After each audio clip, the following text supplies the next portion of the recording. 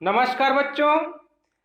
आज हम लोग पढ़ेंगे आपके क्लास 9th की हिंदी बुक क्षितिज भाग 1 के चैप्टर 10 के अंतिम वाक्य को हम लोग वीडियो के पार्ट 1, 2 और 3 तीन पार्ट में 3 वाक्य पढ़ चुके हैं और आज इस चौथे वीडियो में चौथी वाक्य को पढ़ेंगे। ठीक है, तो अब चौथी वाक्य देखते हैं। ठीक है, चौथी वाक्य क्या है? थल थल में बसता है शिव ही, भेद न कर क्या हिंदू मुसलमान, ज्ञानी है तो स्वयं को जान, वही है साहिब से पहचान। ठीक है, इसमें संदर्भ क्या लिखेंगे? जो पहले बताया था वैसे लिखेंगे। चैप्टर का नाम, कवि का, कवित्री का नाम और बुक का नाम लिखना है। ठीक है, इसके बाद आता है प्रसंग।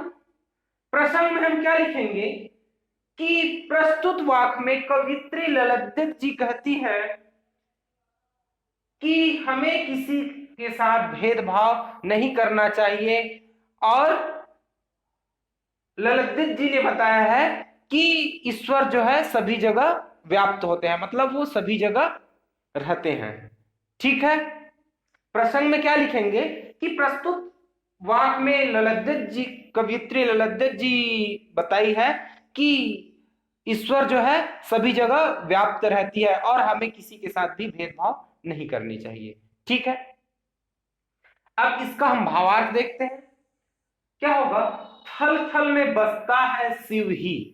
अब यहाँ पे थल थल, थल का मतलब क्या होता है? जो जमीन होता है।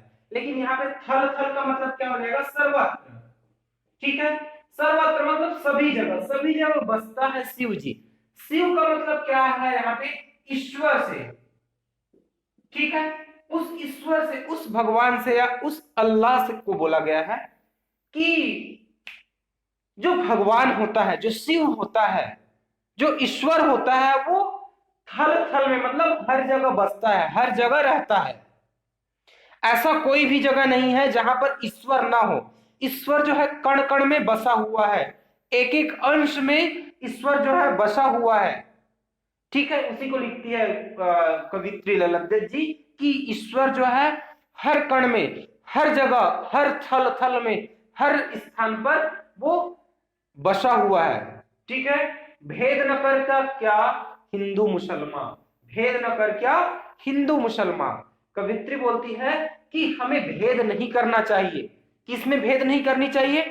किसी भी व्यक्ति में, किसी भी के साथ में हमको भेदभाव नहीं करनी चाहिए। क्या हिंदू क्या मुसलमान, हमको न किसी की जाति के हिसाब से या जाति के आधार पर या फिर धर्म के आधार पर या फिर पहनावे के आधार पर या फिर खान पान के आधार पर, किसी भी आधार पर हमें किसी भी से हमें भेदभाव नहीं करना चाहिए। हमें कभी हिंदू या फिर मुसलमान बोल करके आपस में नहीं लड़ना चाहिए। हमको तो सबके साथ में प्रेम भाव से रहना चाहिए, सबके साथ हमको एक साथ रहना चाहिए, क्योंकि ये ईश्वर जो है एक है और ये ईश्वर जो है कण कण में बसा हुआ है, हर इंसान में बसा है, हर जगह पे बसा हुआ है। तो हमको हिंदू मुसलमान नहीं करना चाहिए या फिर हिंदू या मुसलमान में भेदभाव नहीं करना चाहिए, क्योंकि सब में तो ईश्वर ही बसा हुआ है, हर इंसान में भी ईश्वर बसा हुआ है। तो हमें इस चीज का ध्यान रखना चाहिए, हमें किसी से भेदभाव नहीं करना चाहिए। ठीक है, ज्ञानी है तो स्वयं को जान, वही है साहिब से पहचान। कवित्री ललित जी कहती है कि अगर आप ज्ञानी हैं तो अपने आप को जानिए, आपको दूसरों से मतलब नहीं रखना चाहिए। ज्ञानी है तो स्वयं को जानो, आप अपने आप को जानो। अगर आप अपने आप को जान जाओगे, अपने अगर आप अंतर्ज्ञानी बन जाते हैं तो स्वतः ही उस ईश्वर को भी जान जाएंगे, क्योंकि ईश्वर तो कण कण में बसा हुआ है। उसी को लिखते हैं कि ज्ञानी है तो स्वयं को जान, वही है साहिब से पहचान।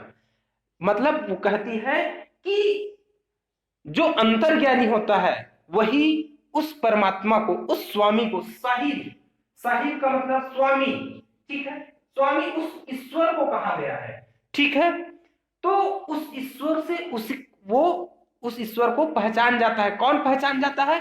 जो अंतर्ज्ञानी होता है, जो अपने अंतरात्मा को जान जाता है, वो जो अपने आप को जान लेता है, वो ईश्वर को भी समझ पाता है, क्योंकि ईश्वर तो हर इंसान में, हर कण कण में वो बसा हुआ है।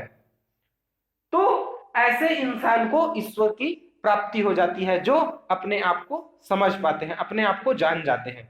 ठीक है, उसी को लिखे हैं, ज्ञानी है तो स्वयं को जान, वही है साहिल से पहचान। अगर आप ज्ञानी हैं, अगर आप अंतर्ज्ञानी हैं, आप अपने आप को जानना चाहते हैं, तो आप अपने आप को अच्छे से जानिए, क्योंकि ये ईश्वर जो है कण कण में व्याप्त है, क्यों वो ईश्वर जो है आपके अंतरात्मा में बसा हुआ है। और जो अंतर्ज्ञानी होता है, ऐसे लोग होते हैं, वो उस ईश्वर को प्राप्त कर लेते हैं। ठीक है, अब इसको हम एक साथ इसका भाव एक साथ देखते हैं।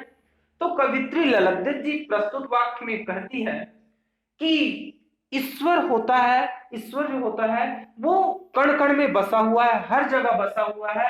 हमें हिंदू मुसलमान में, या फिर जाति पाति में, या फिर पहनावे में, या फिर खान पान के कारण एक दूसरे से भेदभाव नहीं करना चाहिए। ना ही हमें किसी के धर्म से भेदभाव करना चाहिए, ना किसी की संस्कृति से, ना किसी की जाति से भेदभाव करनी चाहिए। हमें तो सबके साथ प्रेम भाव से रहना चाहिए, क्योंकि यह ईश्वर जो है सभी जगह व्याप्त है, सभी जगह वो ईश्वर है। अगर हम ज्ञानी हैं तो हमें अपने आप को जानना चाहिए, क्योंकि अगर हम अपने आप को जान जाते हैं तो उस ईश्वर को भी जान जाते हैं, क्योंकि वो ईश्वर जो है कण कण में बसा हुआ है, वो हमारे अंतरात्मा में भी बसा हुआ है। ठीक है, उम्मीद करता हूं कि ये चैप्टर आपके समझ में आई होगी। Thank you.